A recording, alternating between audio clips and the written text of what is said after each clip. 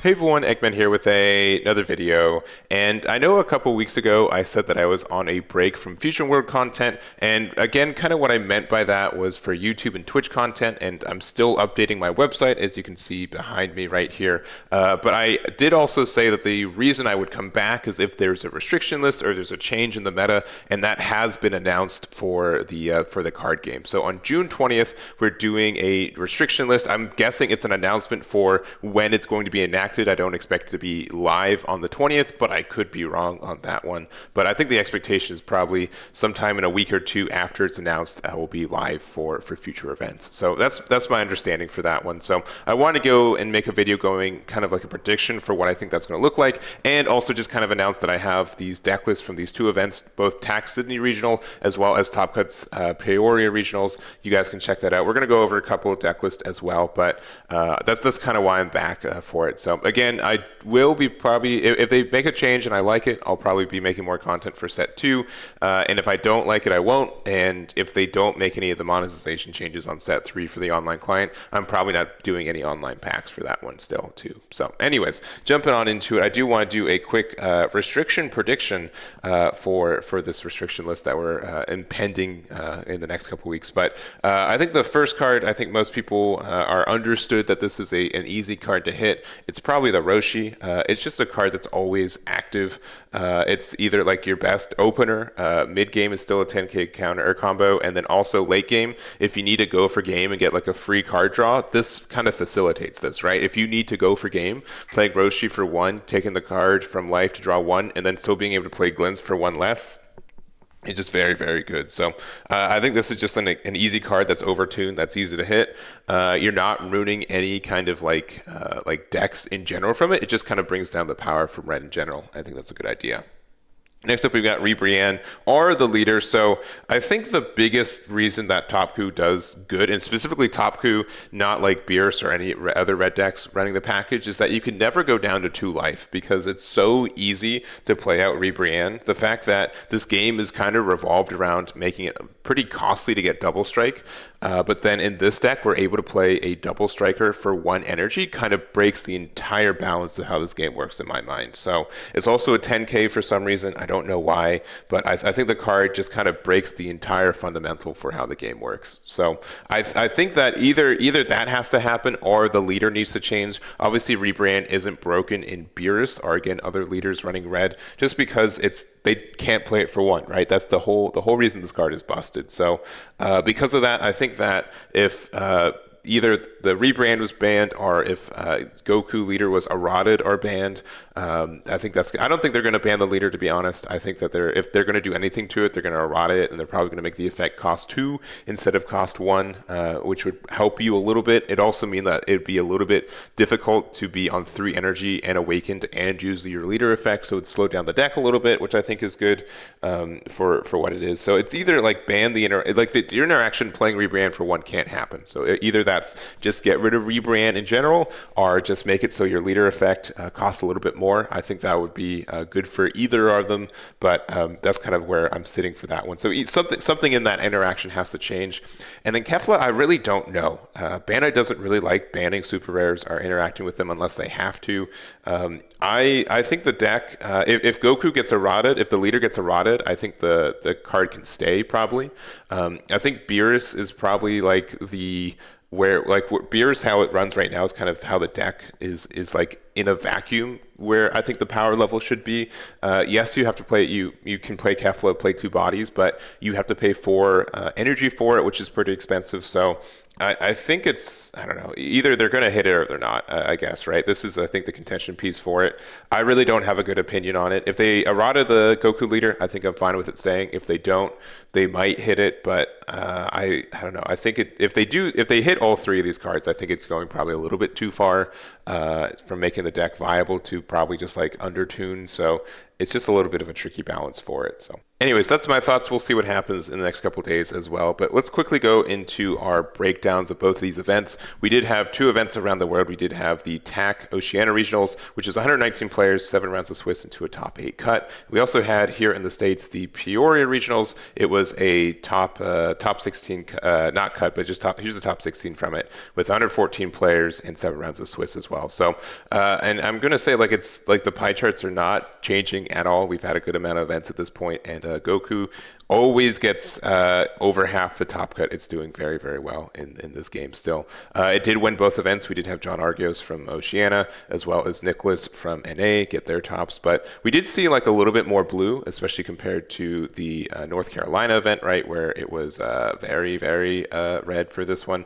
So I think that's something. I do think blue does have a way to interact with the deck and has I just don't think it's like a positive matchup. I think it's like an evenish matchup, and you guys can call me out on that too, but I think that it just kind of just goes even with it. I don't think it has like an amazingly advantage matchup, and I think a lot of ways Topku can still just get a lot of value in those matchups too. So Beerus also got some tops as well, 1 from each event, which we'll look at both those lists as well. And then also we did have John with their copy of Aandroidd 17, which will close out this video. But going through the first place list, so we do have John Argios's Goku as well as the Goku here from Nicholas Green. They look pretty similar. Obviously the packages have to be pretty similar. I will say from John's, I'd say like a little bit more on like the aggression side. We do have like 4 of the Khalifa, 2 of the Hit. We do have 2 copies of the 3-drop Gohan, which I know is a pretty good way to interact with your opposing boards. If they go wide, you can play this Gohan, give everything a minus 10k,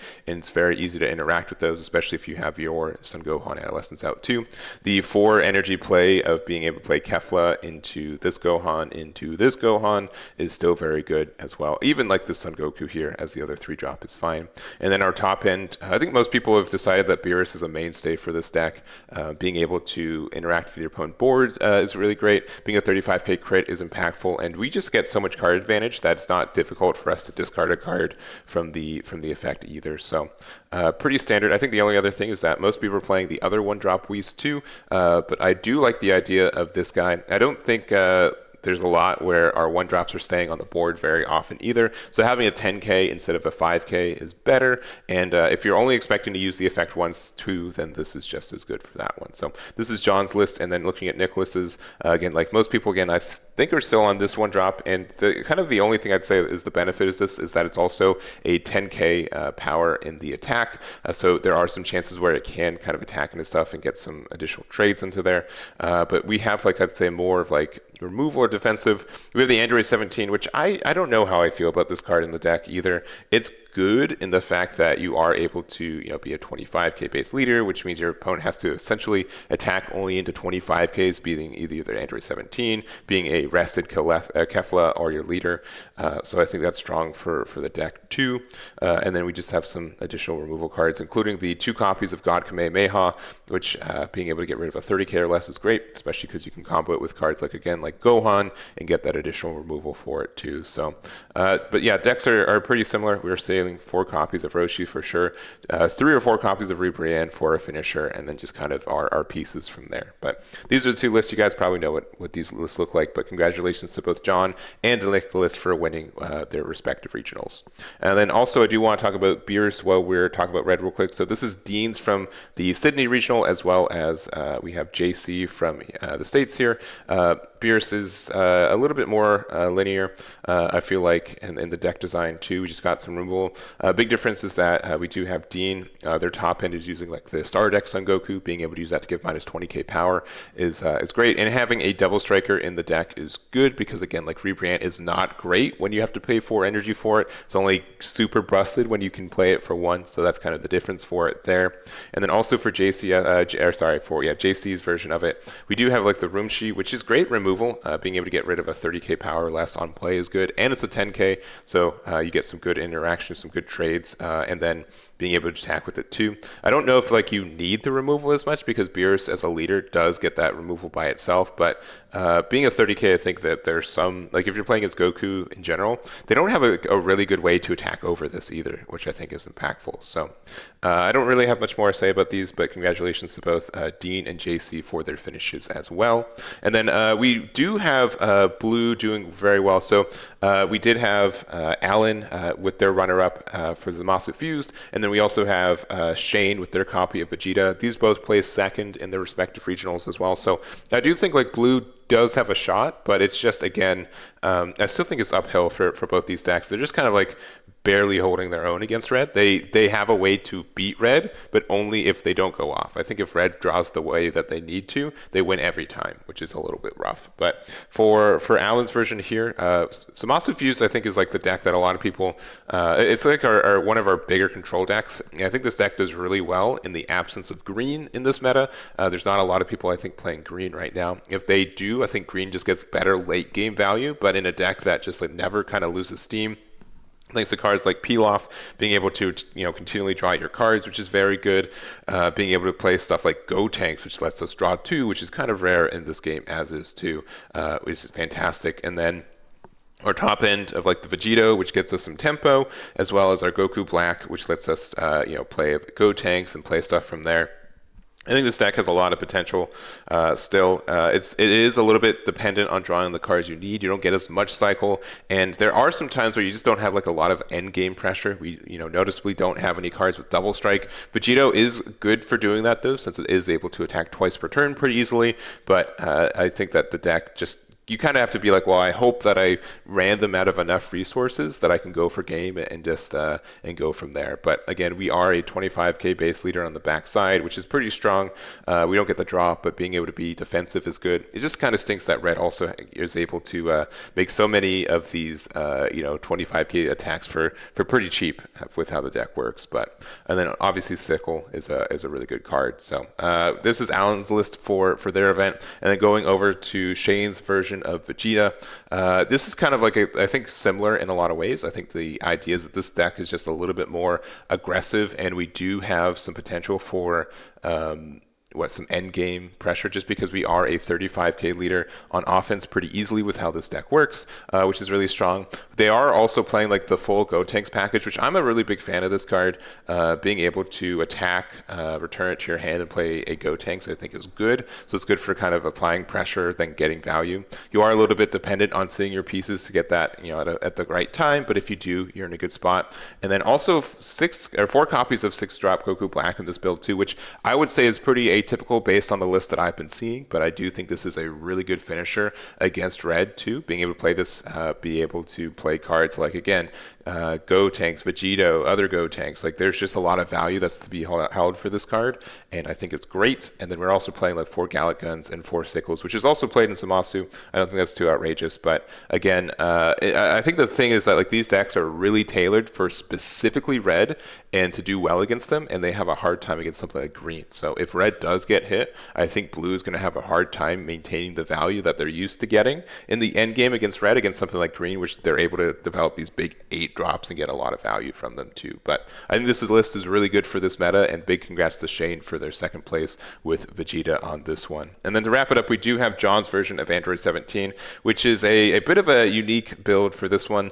Most Aandroidd 17s I think are more of kind of like the Rush to Broly kind of thing, and I honestly don't think they play as many of these Aandroidd 18s and cards like this, but this is a very spicy list with the ratios that we're seeing. So we do have like some of the normal cards, right? We are playing like Aandroidd 20, we are playing the lab and what have you, but we also are playing like a bunch of the vanilla Aandroidd 18s, Aandroidd 17s as well. We're playing both of the 4 drops, being able to play Aandroidd 17s and 18s that cost 3 for free from our drop, which is pretty impactful, including the critical Aandroidd 17 that we got from set 2, so that can put some good pressure. And then our kind of like this 4 drop is super good. This is like one of my favorite cards in this deck, in this game. Being able to play this, be able to get like your energy back and be able to recycle it is just very good for how the deck works, and just finding some neat little combos as well. So I think that's helpful for the deck. Our top end too at 17-18, I think this card actually is really good against Red, at least getting rid of some cards and putting pressure. I think the only kind of like big weakness for Red in general is that they go down to so little life so quickly that if you can put some pressure on them with a big double strike of your own, they kind of have to respect it in a lot of ways, which is strong. So I think that's one of the ways we can kind of bully them in a lot of ways, is just using cards like 17, 18. We also do have like the Sun Gohan Childhood, which can just clear a board, which is nice. And then Cell, this is a little bit costly in this deck, just because we do have to like actually lose the energy, and we don't have a great way to play it, get it back to be able to play it next turn. But being able to get rid of 2 cards and get the heal is impactful for, I think, what this meta is. It's just being able to get to 8 energy, I think, is a little bit rough consistently, too. But this is build from John. I think it's pretty unique, and congratulations for their finish there. And that's going to be it for this video. So we'll see this time next week, or I guess at the end of this week, what restrictions might look like, what we're dealing with for the next little bit for this meta. But again, if you want my thoughts right here, Roshi ban, either ban Ribrianne or Errata Goku, and then I guess maybe do something again about Kefla. I'm really not sure based on those. I don't know. It really depends on what gets hit. If Goku gets errated, I think it can like Kefla can stay around. If it doesn't, maybe not. So we'll see. We'll see.